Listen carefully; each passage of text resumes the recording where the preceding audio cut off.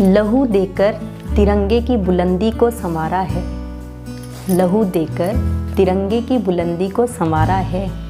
फरिश्ते तुम वतन के हो, तुम्हें सजदा हमारा है। नमस्कार दोस्तों, मैं अंजना उनियाल आपका हार्दिक स्वागत करती हूँ हमारे YouTube चैनल छोटी सी बात पर। दोस्तों, आज हम अपने चैनल के माध्यम से सुभाष चंद्र बोस जी को उनके जन्म दिवस के अवसर पर भावभीनी श्रद्धांजलि देते हैं और देश के प्रति उनके समर्पण और उनके जज्बों को सलाम करते हैं। साथ ही हम आज आपके साथ उनके जीवन की कुछ महत्वपूर्ण घटनाओं को, कुछ महत्वपूर्ण बातों को शेयर करेंगे। सुभाष चंद्र बोस भारत के स्वतंत्रता संग्राम के महान सेनानी थे। उन्होंने देश को अंग्रेज़ों की गुलामी से आज़ाद करवाने के लिए बहुत कठिन और महत्वपूर्ण प्रयास किए। उनको नेताजी के उपनाम से जाना जाता है। द्वितीय विश्व युद्ध के समय नेताजी ने आज़ाद हिंद फौज का गठन किया और देश को इंडियन नेशनल आर्मी भी सौगात में दी। उनका नारा जय हिंद आज राष्ट्रीय नारा बन चुका है। दोस्तों, सुभाष चंद्र बोस जी का जन्म आज ही के दिन 23 जनवरी सन 1897 को उड़ीसा के कटक में एक बहुत संपन्न बंगाली परिवार में हुआ था। उनके पिताजी जानकी नाथ बोस बहुत ही जाने माने बैरिस्टर थे, जिनको ब्रिटिश सरकार की तरफ से राय बहादुर की उपाधि भी प्राप्त थी। और उनकी माताजी श्रीमती प्रभावती, वे भी बहुत उच्च विचारों की महिला थीं। सुभाष चंद्र बोस जी ने अपनी आरंभिक शिक्षा यूरोपियन स्कूल कटक से प्राप्त की, जहां 1913 में उन्होंने 10वीं कक्षा में सेकंड रैंक हासिल किया, जिसकी वजह से उनको कलकत्ता के प्रेसिडेंसी कॉलेज में दाखिला मिला। अपने कॉलेज के दिनों से ही वे इतने अच्छे लीडर थे कि उनको स्टूडेंट काउंसिल यूनियन का हेड बना दिया गया। प्रेसिडेंसी कॉलेज के एक ब्रिटिश प्रोफेसर भारतीय मूल के छात्रों के साथ बहुत दुर्व्यवहार किया करते थे। इसकी शिकायत कई बार मैनेजमेंट से की जा चुकी थी, लेकिन फिर भी उन प्रोफेसर के व्यवहार में कोई फर्क नहीं आया था। इसके चलते एक दिन सभी छात्रों ने मिलकर उन प्रोफेसर की ही पिटाई कर दी। इस घटना को लेकर सुभाष चंद्र बोस से उन प्रोफेसर से माफ़ी मांगने के लिए दबाव बनाया गया, लेकिन सुभाष चंद्र बोस ने माफ़ी मांगने के लिए बिल्कुल ना कह दिया और युवाओं को नारा दिया कि गलत के आगे झुकना नहीं, सही से मुंह मोड़ना नहीं, और जिसकी वजह से उनको 3 साल में ही कॉलेज से निलंबित कर दिया गया।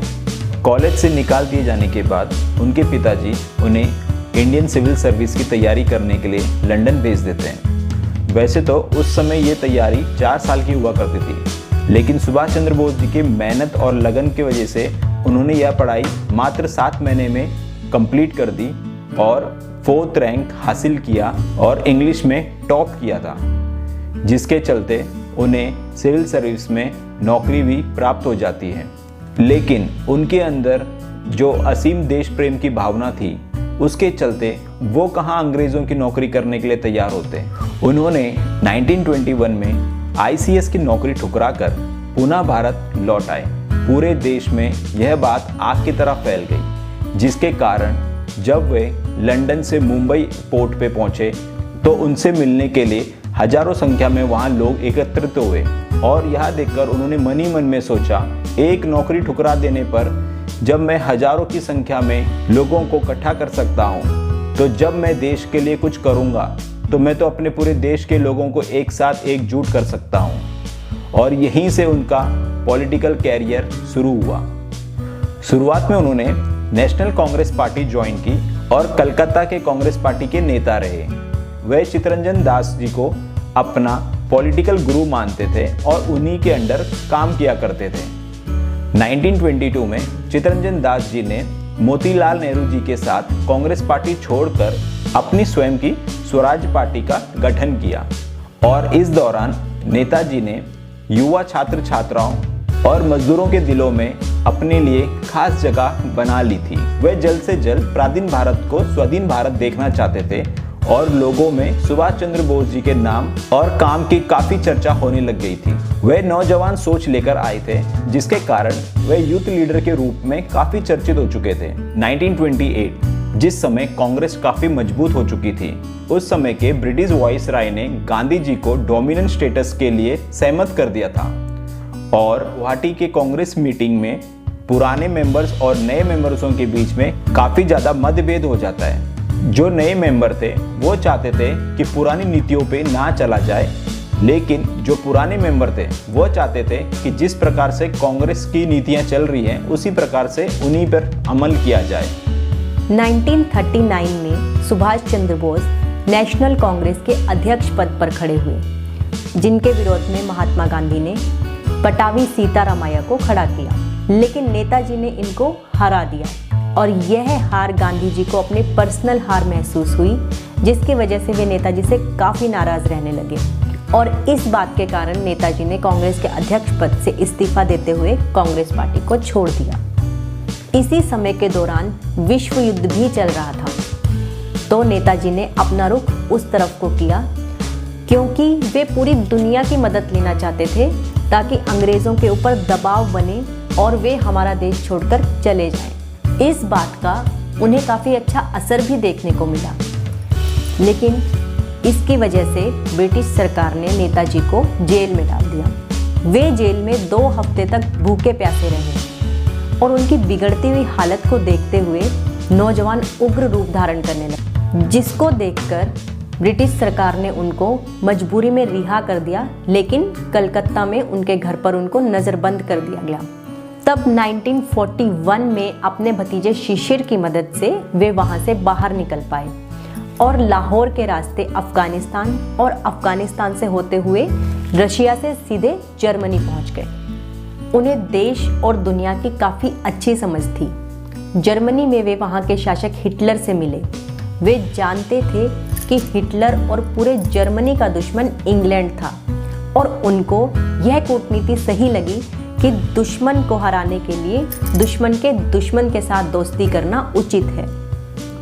1943 में सुभाष चंद्र बोस जर्मनी छोड़कर जापान की तरफ चले गए, जहां उनकी मुलाकात रास बिहारी बोस के साथ हुई और उनके साथ मिलकर उन्होंने आज़ाद हिंद फौज का पुनर्गठन किया। 1944 में सुभाष चंद्र बोस ने आज़ाद हिंद फौज को अपना नारा दिया कि तुम मुझे खून दो, मैं तुम्हें आज़ादी दूंगा, और यह नारा देश भर में नई क्रांति ले आया, जिससे आज़ाद हिंद फौज का सैन्य बल भी बहुत मजबूत होने लगा।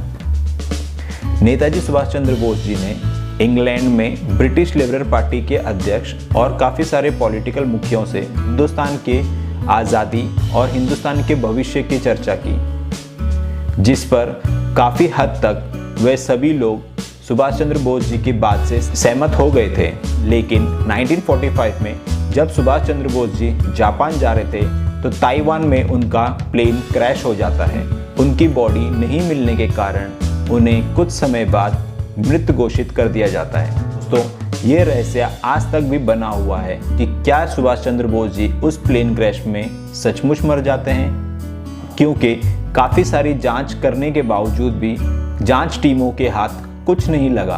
और एक पक्ष का तो ये भी मानना है कि सुभाष चंद्र बोस जी उस प्लेन क्रैश में जीवित बच जाते हैं और रशिया में नज़रबंद रहते हैं। दोस्तों, और हम सभी हिंदुस्तानियों के लिए ये बहुत ही गर्व की बात है कि आज उनके जन्म दिवस पर इंडिया गेट पर उनकी प्रतिमा स्थापित की जा रही है। उन्होंने जो हमारे हिंदुस्तान के लिए योगदान दिया है वह तो हम कभी भूल नहीं सकते और ना ही उनका ऋण चुका सकते हैं।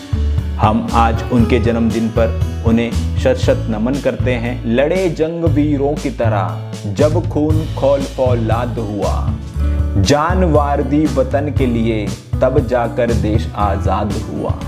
जय हिंद, जय भारत।